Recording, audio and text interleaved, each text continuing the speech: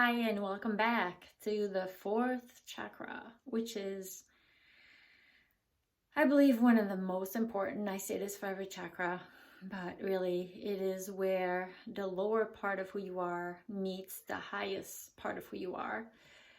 So that means your humanity meets your divinity right in the center of your chest.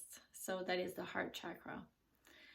So the heart chakra is literally located around the heart, and it is where we learn to connect to other people and learn to open and or close our heart.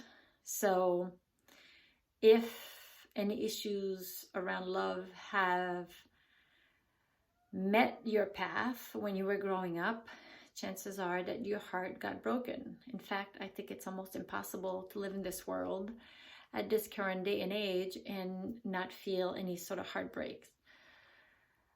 So that is really the function of the heart chakra, is to be able to feel for yourself and for others that sense of connection, compassion, kindness, being able to have empathy and really feel the suffering of other people, including your own.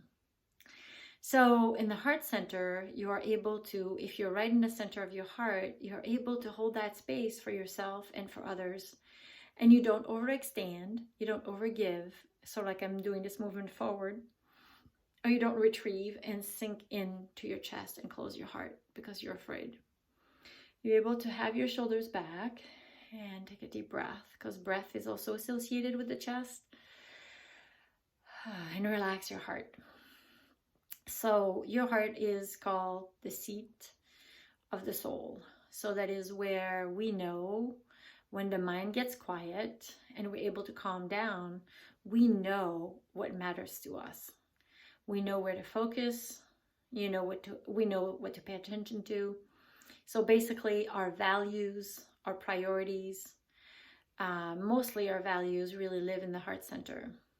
Now, if for some reason when you grew up, your caregivers and or your parents were not able to have that and or love you unconditionally, because this is what this heart center is about, it's unconditional love, then you may have issues around grief, withholding grief, or being able to withholding grief, not be able to cry or be sad a lot and or feel depressed, like sinking in your chest will lead to depression. So there's a lot more to say about those centers. As I said before, I am referring you to both Anudia Judith. She's written many books on the chakras, and also Wendy DeRosa. But in the meantime, what I want to go back to is your own heart. So if you get quiet, and I highly encourage to do that every day, meaning get quiet in your mind, get quiet in your body, and put a hand on your heart and start breathing, you will feel and sense for yourself what it means to feel your own pain and be able to have compassion for your own pain. And why is it important? Because if you're not able to have that and be kind towards yourself, you're not going to be able to do it for other people, and you're not going to be able to receive it from other people, because this center is really about giving and receiving. So it's really important to listen to your own heart. Follow your heart every step of the way. And I know it's taken me a long time, so a lot of issues around the heart and the breathing, if you're congested, if you have asthma, if you hold your breath, if you have heart issues, breast cancer, it's all related to that center. So if the energy again is not flowing around your heart, you may also have like tight shoulders and not be able to relax and take that deep breath that will allow you to know who you are in this moment and connect to other people when they show up. You may be afraid of other people. So connecting to yourself is really the first step.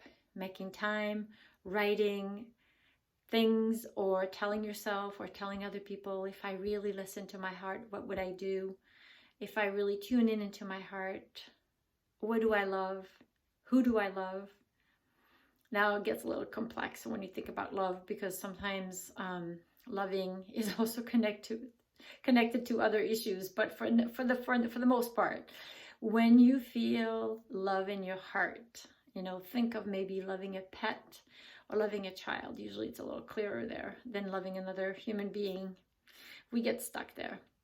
But in the meantime, if you think about something as loving a pet or loving a place, going outside in nature and just feeling that deep peace inside that allows for your heart to relax, then you know who you are. And that opens up the connection to your higher knowing, which is what we're going to be talking in the next 3 chakras. So if you're interested in knowing what your heart has to say, if you really want to feel the wisdom of your own heart, and you have a hard time finding your way, you can always tap onto my shoulders. Literally, call me.